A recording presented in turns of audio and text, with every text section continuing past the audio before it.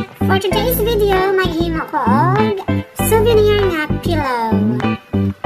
So una, ato tusok-tusokon ang tela kay ato siyang barangon.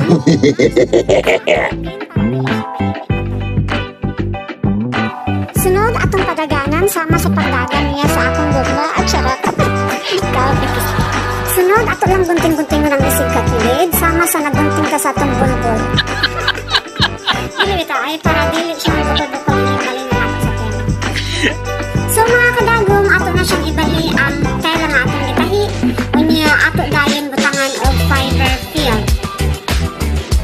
So kung ginahanday mo magpatahi mo na ani mga kadagom, so message na nato sa ako ang Facebook or sa Messenger para ako dayon lang.